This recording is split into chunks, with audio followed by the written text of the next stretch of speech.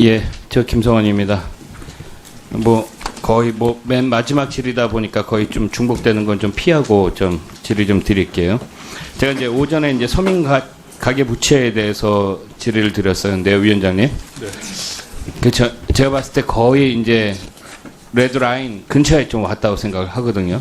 그래갖고 우리 이제 금융위에서 좀 선도적으로 신속하고 좀 정확하게 좀 대처를 좀 해주십사 하는 그런 말씀을 먼저 서두에 좀 드리겠습니다. 자, 우리가 흔히 얘기하는 대기업이 이제 골목 상권을 점령한다. 자, 이런 거는 좀 막아야 된다. 이렇게 하는데 지금 금융권에서도 지금 그런 게 좀 보입니다. 뭐냐면요. 이제 올 6월에 KB국민은행이 이제 은행 방문 없이 자동차 대출 신청이 가능한 모바일 전용 자동차 대출 상품을 출시했거든요. 예, 지금 우리나라 이제 차량 담보대출 보면은 7조 9천억 원에서 올해 6월 말 기준으로 10조 7천억 원으로 아주 매우 늘어나고 있습니다. 이 자동차 대출이요.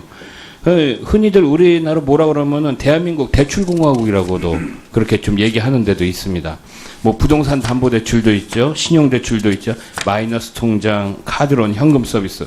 이 자동차 대출까지 이렇게 있는데 이게 저희 가계 대출 차원에서 이 금융위가 이 부분도 좀 좀 봐주십사 하는 그런 얘기도 조금 드리고 이게 제1금융권이 주도하던 이런 자동차 대출 시장에 공개적으로 지출한 거 글쎄요 좀 이거 어떻게 봐야지 될까 좀 그렇습니다. 왜냐면은 우리가 흔히 얘기하는 이 대형 유통 회사가 골목 상권을 장악하는 거와 거의 비슷한 느낌이거든요. 우리 금융위원장님 생각은 좀 어떻게 생각하세요? 이 제1금융권이 자동차 대출 시장에 이제 본격적으로 지출하는 것에 대해서는. 그 이제 금융권 간의 경쟁면에서 보면 의원님 말씀이 타당하십니다만 또 이용 고객 면에서 보면 종전에 이제 주로 캐피탈사들이 독점적으로 취급하던 것을 은행들이 하니까 금리를 상당히 또 싸게 하는 면도 있습니다. 위원장님 그게요. 대기업하고 중소기업하고 했을 때 시장 경제 논리로 이렇게 얘기하면은 뭐 그런 거의 비슷한 답이 나오는데 아무래도 우리가 뭐 점점 뭐 사회가 변해가고 있지 않습니까? 좀 아무래도 좀 더 약자를 좀 보호할 수 있는 그런 정책들도 좀 개발해 주십사 하는 그런 차원에서 말씀드린 거였습니다. 네, 네. 자, 저희 금감원장님. 네. 요번에 저 국민 안전 관련해 갖고 좀 질의 드릴게요. 뭐냐면요. 이 손해보험사들이 차량 가액보다 수리비가 더 나온 우리 전손 차량이 있잖아요. 그 완파된 거. 네네. 이것을 갖다가 분손 차량으로 둔갑을 시킵니다. 그러니까 부분 차량으로요. 해가지고 저 사진들 한번 보시면요. 탈 수도 없는 저런 완파된 차량들을 갖다가 이게 수리를 해가지고 다시 중고차 매매 시장에 팔고 있는 그런 게 있어요. 자, 이게 뭐가 되냐면은 우리 보험 개발원에 있는 카히스토리라는 게 있습니다. 이 사고 차량의 이력을 대중에게 공개하고 있는 건데, 자, 이게 임의로 차량 상태 정보를 임의로 변경해도요. 별다른 승인이나 통제 절차가 없습니다. 그래갖고 보험회사 간에 어떻게 보면은 조금 뭐 연락 관계 네트워킹에 의해서 이것을 갖다가 완파 차량을 갖다가 부분 차량으로 바꿔가지고 이 중고차 시장에 나와요. 그래갖고 이게 저희 카시스토리 정보가 이게 거의 무의미해지고 있습니다. 이거는 그러니까 제가 올해 카시스토리 이제 전손에서 분손으로 수정된 건수를 한번 살펴보니까 올해만 하더라도 605건입니다. 이게 누적으로 하면 엄청나게 되는 거죠. 이게 무방비로 노출돼 있다는 거예요. 지금 뭐 여러 가지 자동차 관련 사고들이 있는데 이 부분은 좀 우리가 좀 정보 수정 승인 절차를 금감원에서 조금 엄격하게 좀 적용할 필요가 있다고 보지 않으세요? 어떻게 생각하십니까?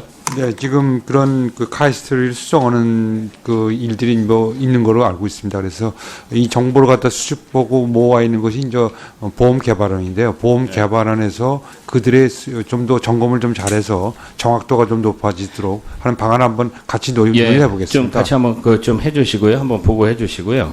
자, 많은 의원님들께서 말씀하셨지만은 이 부분은 좀 다시 한번 해야지 됩니다. 왜냐면요, 금감원 위원장님 미공개 정보를 이용해갖고 불법 거래로 자산을 증식했다. 이거 잘못된 거죠. 그렇죠? 잘못된 거죠. 또 종전에 2억 9천만 원이던 보식주의 평가액이 1년 반 사이에 15억 원으로 급증했다. 이거 어떻게 생각하세요? 정상적입니까? 비정상적입니까? 아주 이게 뭐 특이한 일반적인 경우겠죠, 평가가 네, 그 특이한 부정상적이죠. 네, 특이한 일반적인 평가가요. 내부 정보 없이는 불가능한 거래 상태 아니겠습니까? 이게 누굽니까? 저 우리 문재인 대통령께서 헌법재판관 후보자로 지명하신 이유정 사태 아닙니까? 이유정 사태? 네. 지금 뭐 검찰 수사에 네. 하고 있으니까 제가 그것에 대해서는 말씀드리지 않겠는데 제가 두 가지를 좀 말씀드리는 거예요. 올 8월에 보도 자료를 통해서 금감원에서 내부자의 미공개 중요 정보 이용 행위에 대해서 25명 적발해갖고 검찰에 이제 고발 조치를 했잖아요. 네.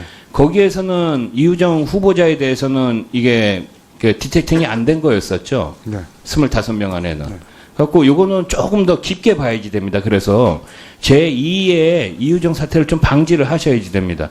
문재인 대통령께서 처음 임명하신 거의 초반에 임명하신 분인데 이렇게 도덕성으로 큰 타격을 받고 하면은 문재인 정부 전체가 타격을 받게 되는 거예요. 자, 그리고 두 번째는요. 조치를 어떻게 하느냐에 따라서도 또 틀립니다. 이거는 정확하게 우리 금감원에서요. 소위 얘기하는 이유정 조치라고 얘기할 수 있는 정도까지 나오셔야 됩니다. 그래야지 앞으로 제2의 이유정, 제3의 이유정을 방지할 수 있지 이것을 어영부영하게 되면은 앞으로 계속돼서 발생이 되거든요. 요번 한 번만 그냥 어영부영 넘어가면 안 되는 거예요. 그래갖고 요 강력한 조치에 대해서는 우리 저 금융위하고 금감원하고 한번 공동으로 이 내부자 정보 거래 국민적 감정을 건드린 사건이에요, 이거는. 그러니까 쉽게 그냥 한 사람의 일탈 행위로 보지 마시고, 우리 좀 앞으로 향후 조치, 소위 우리가 단호하게 얘기할 수 있는 이유정 조치를 좀 얘기할 수 있기를 바라겠습니다. 뭐 이것에 대해서 우리 저기 금감원장님 말씀 한번 해보시죠. 지금 현재는 뭐 저희가 조사 중이기 때문에요. 뭐 구체적으로 말씀드리기는 어렵고 불법적인 사태가 뭐 불법성이 나온다면 그것에 대해서는 검찰에다 고발하고 다 조치를 취하겠습니다. 네.